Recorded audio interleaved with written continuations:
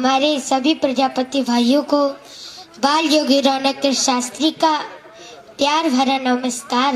आज बातों को आप लोग भूल गए हो, ये सिर्फ आपके लिए है। आप कौन है, क्या चीज है, आज मैं आपको बताऊंगी। किसी को मालूम है कि पहले इसी प्रजापति का नाम कुंभहार था। इस प्रजापति का नाम कुंभहार कैसे पड़ा, किसी को मालूम है? मालूम हो तो हाथ उठा दे। किसी को नहीं मालूम? मैं बताती हूँ। पहले जब प्रजापति सुबह को उठता था तो सबसे पहले धरती माँ का वंदन करता था। कहता था, हे सूर्य भगवान, हे चंद्रमा भगवान, हे जल देवता, हे वायु देवता, सभी को याद करते हुए कहता था, मुझे धरती की तरह धैर्यवान बनाना और सूर्य की तरह समय का पाबंद बनाना, चंद्रमा की तरह शीतल बनाना और जल और वायु की तरह मैं इस धरती के हर एक जीव के काम आऊं। मुझे ऐसा वरदान दो, मैं सबकी प्यास बुझाऊं, मैं सबके काम आऊं। हे ईश्वर, मुझे ऐसा बनाना। पहले तो ये मांगता था, पहले ये प्रार्थना करता था, और जब भगवान ने इसे इस लायक बना दिया तो इसकी सबसे पहली गलती, भगवान का ध्यान ही नहीं रहा है। अच्छा, अब किसी को मालूम है कि इस धरती पर सबसे पहले कौन आया था? सबसे पहला वैज्ञानिक कौन है? किस चीज का सबसे पहले आविष्कार हुआ था? किसी को मालूम है? सबसे पहले इस धरती पर प्रजापति ही आया था। और मेरे प्रजापति भाइयों, वही सबसे पहला वैज्ञानिक है जिसने किस चीज का आविष्कार किया? जिसने कुंभ का आविष्कार किया था, जिसे हम सब लोग घड़ा कहते हैं। कहीं कहीं पर इसे गगरी भी कहा जाता है, अलग अलग नामों से पुकारा जाता है। लेकिन जब पहली बार बना था तो इसका नाम कुंभ पड़ा था। हरिद्वार से 6 किलोमीटर दक्षिण की ओर जो कभी राजा दक्ष की राजधानी का नगर था, जो आज भी गलखंड के नाम से जाना जाता है, जहां कुंभ पर्वी पड़ती है, ये भी कुंभ से ही शुरू हुई थी। और गलखंड के रहने वाले एक प्रजापति को भगवान विष्णु ने अपना चक्र दिया था, जिसका उसने अपना चाक बनाया था। और भगवान शंकर ने अपना त्रिशूल, अपनी पिंडी दी थी। पिंडी पर उस चक्र को रखा था और त्रिशूल से उसे घुमाया था। और मेरे प्रजापति भाइयों, भगवान ब्रह्मा ने अपनी जनेऊ और अपना जल का भरा कमंडल दिया। कमंडल में जो जल था उससे मिट्टी को गीला किया और उस जनेऊ से कुंभ को काटा था। भगवान विष्णु ने उस प्रजापति से कहा, जाओ तुम अपना काम शुरू करो। तो उसने पहले ही बार में इतना सुंदर कुंभ बनाया, इतना सुंदर घड़ा बनाया कि भगवान उसे देख कर के खुश हो गए। भगवान बोले, तुमने इसे कैसे बनाया? तो उस प्रजापति ने क्या कहा? उसने कहा, प्रभु, जैसे आपने मुझे 5 तत्वों से मिलाकर बनाया है, वैसे ही मैंने इस कुंभ को 5 तत्वों से मिलाकर बनाया है। कैसे?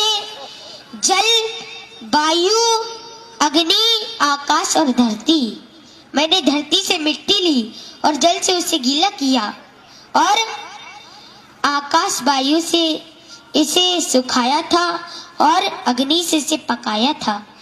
भगवान इतने खुश हुए कि उन्होंने एक सुंदर सा हार अपने हाथ में लिया और उसको बाहर के डाल दिया।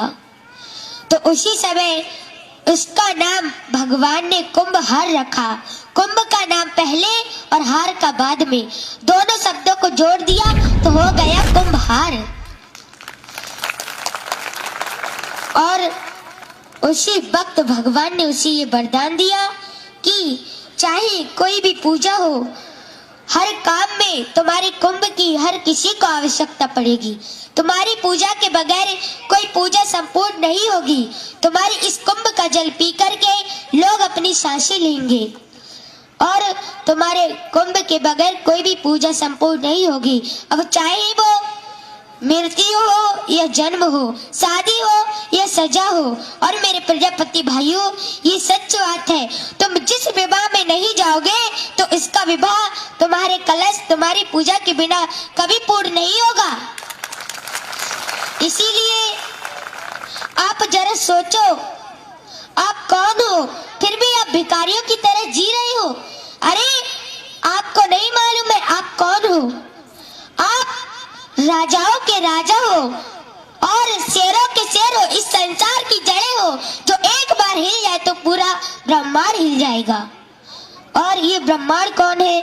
ये ब्रह्मांड आदि प्रजापति ब्रह्मा है। ब्रह्मांड भी प्रजापति ही है और इसके रचयिता दक्ष प्रजापति है। ये भी प्रजापति है, यानी कि ब्रह्मांड भी प्रजापति है और उसका रचयिता भी प्रजापति ही है। और मेरे प्रजापति भाइयों, आप फिर भी अपना सर झुका कर जी रहे हो। आपकी एक छोटी सी गलती से आपको नीचे गिरा दिया गया है। मैं बताती हूँ, अगर किसी भाई को बुरा लग जाए तो माफ कर देना। मैं बताती हूँ, आज 20% तो प्रजापति मिट्टी के बर्तन बना रहे हैं और 80% रोजगार बंद कर दिया गया है। किसने किया है? फाइबर, प्लास्टिक, स्टील, लोहा ने। मेरे कहने का मतलब ये है कि किसी दूसरे के ऊपर निर्भय होकर मत जियो। अरे लोग तुम्हें नजरों में नीचा गिरा रहे हैं, इन्हें दिखा दो तुम कौन हो, तुम क्या हो। कैसे दिखाओगे? जब तक कोई अन्य जाति वाला तुम्हारे पास कुछ वस्तु लेने ना आए तब तक तुम उसे कुछ मत दो। और तुम्हारी जरूरत तो हर किसी को पड़ती है। कैसे? जब दीपावली का त्योहार आता है तो उस पर दियों की जरूरत पड़ती है, चिरागों की जरूरत पड़ती है, और जन्म होने पर कलश की जरूरत पड़ती है, मृत्यु होने पर कलश की जरूरत पड़ती है।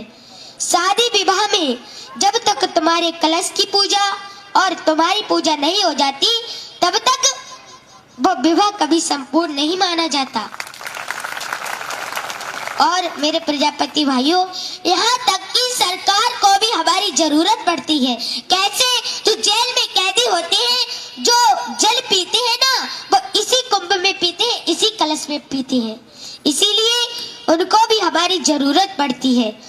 इस धरती पर हुए विश्व सर्वा रावण जैसे ज्ञानी, इस धरती पर हुए विश्व सर्वा रावण जैसे ज्ञानी, जो पी पी कर बड़े हुए हमारे ही गले का पानी।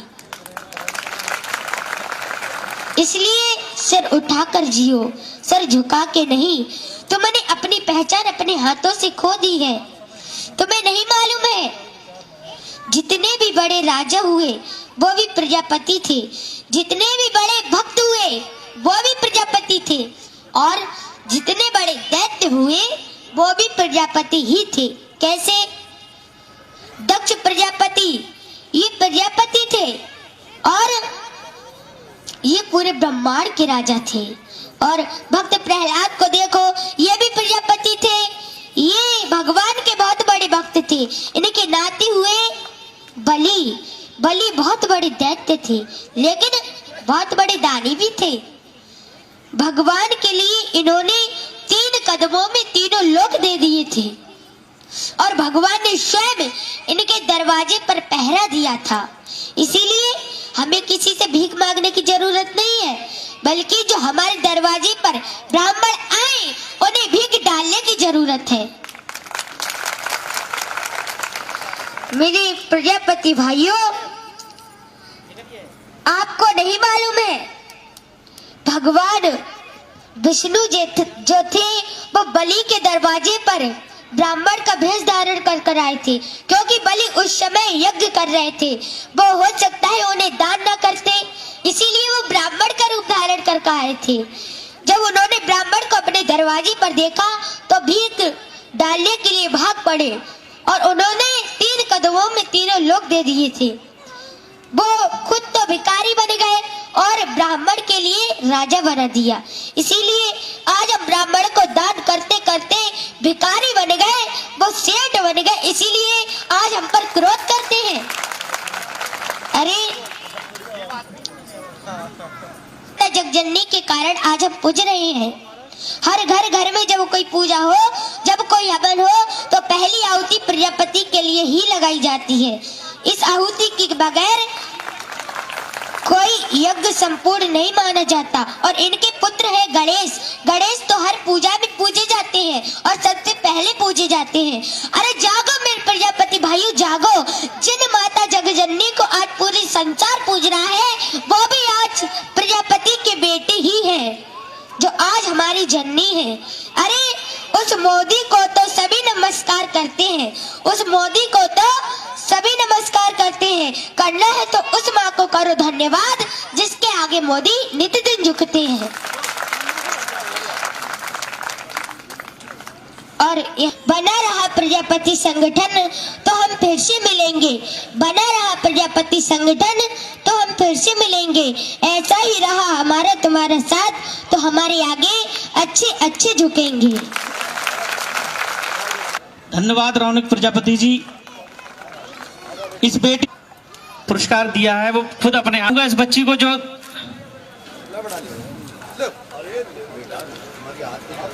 ये बेटी हमारे समाज का गौरव है, जो जिसे इतनी अल्प आयु में हमारे समाज के आ चुके हैं। राष्ट्रीय प्रजापति महासंघ की तरफ से उनका भी स्वागत है, वंदन है, अभिनंदन है।